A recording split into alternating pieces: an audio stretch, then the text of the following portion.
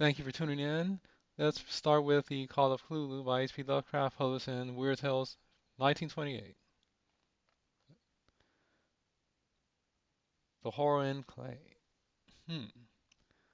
The most merciful thing in the world, I think, is the inability of the human mind to correlate all its contents.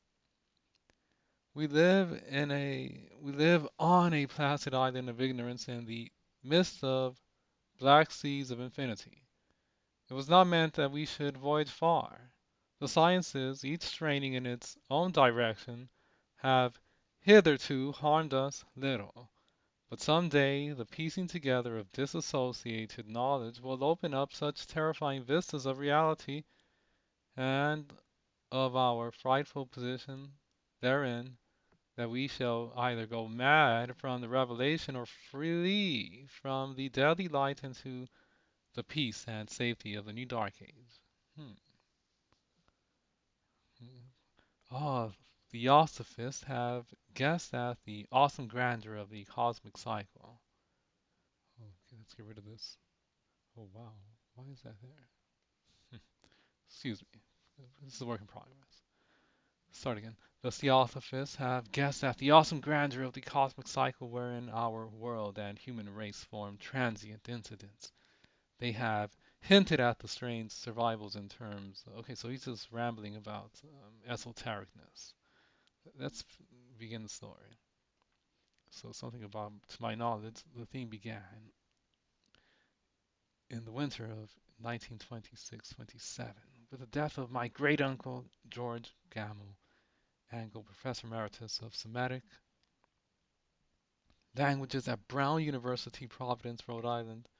Professor Angle was widely known as an authority on ancient inscriptions and had frequently been resorted to the heads of prominent museums. He passing at the age of 29 may be recalled. Hmm. Okay, now he mentioned Providence, Rhode Island, Brown University. Did H.P. Lovecraft attend um, Brown University? Did H.P. Lovecraft attend? No, H.P. Lovecraft did not attend Brown University. He wanted to, but never finished high school. Wow. So he grew up in Providence, Rhode Island, and dreamed of studying astronomy at Brown University. Ah, his ambition was sincere and chronic illness and anxiety. According to Lovecraft Wiki, his failure to graduate from high school blocked his path. Well, okay, so that confirms that he did have an association with Brown University. As my uncle's heir and executor, as my uncle's heir, so as my uncle's heir and executor, for he died a childless widower, was expected to go over his papers with some thoroughness, and for that purpose moved his entire set of files and boxes to my quarters in Boston. Much of the material which I correlated will be later published by the American Archaeological Society, but there was one box which I found exceedingly puzzling, which I feel much averse in showing. Okay, the box. Okay, well, okay, the bas relief was a rough spectacle, less than an inch thick. Above these ancient hieroglyphics was a figure evidently pictorial intent, though its impressionistic execution forbade a clear idea of its nature. It seemed to be some sort of monster, or symbol representing a monster of a form which only a deceased fancy could conceive. If I say that my somewhat extravagant imagination yielded simultaneous pictures of an octopus, a dragon, and a human caricature, I shall not be unfaithful to the spirit of the thing. A pulpy, tentacled head surmounted a grotesque and scaly body with rudimentary wings, but it was the general outline of the whole which made it most shockingly frightful. Behind the figure was a vague suggestion of a cyclopean architectural background. Oh, now we're getting somewhere.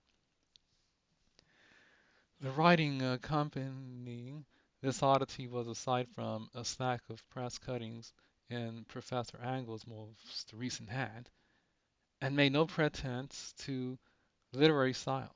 but seemed to be the main document was headed Cthulhu Cult.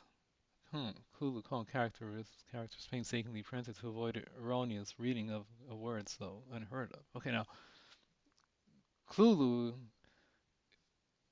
the word is made up by Lovecraft. It's not a Roman or Babylonian god. Okay, continue.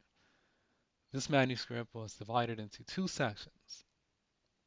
The first of which was headed 1925 Dream and Dream, work of H. L. Wilcox, 7 Thomas Street, Providence, Rhode Island, and the second, Narrative of Inspector John R. Legrasse, or Legrasse, 1921, Bainville, St. Louis, yes, the French name, New Orleans, Louisiana, 1908, at a notes on the same and Professor Webb's account.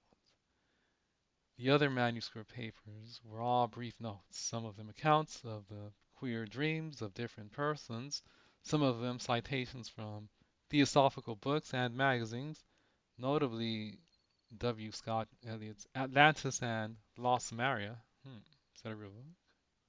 Should we research? And the rest comments on long surviving secret societies and hidden cults, with reference to passages in such mythological and anthropological source books as Fraser's Golden Bough and Miss Murray's Witch Cult in Western Europe. The cuttings largely alluded to outre mental illness and outbreaks of folly or mania in the spring of 1925. Out of curiosity, is this a real book? Let's see.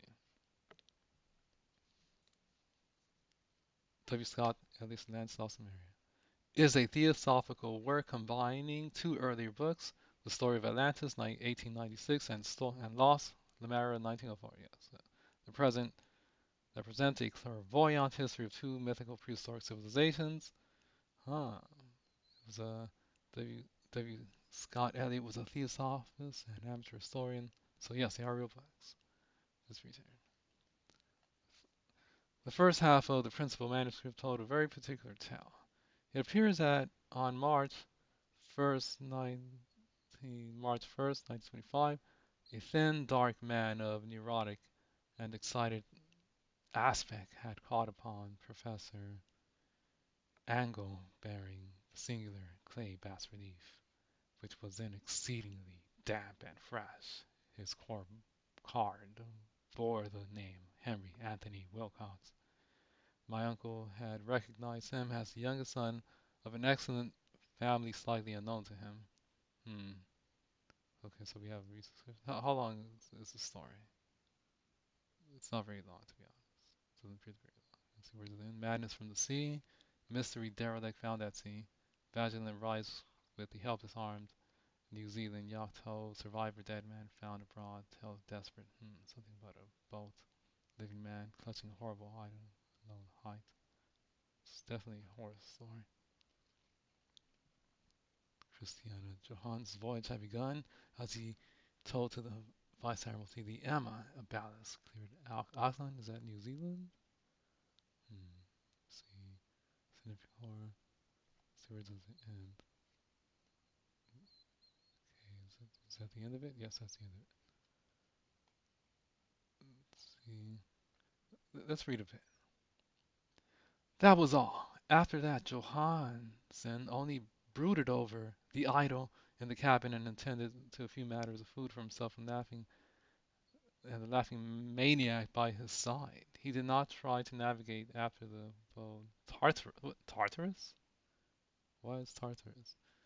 Out of the dream came rescue, the Vigilant, the Vice Admiralty Court, the streets of Long Voyage back.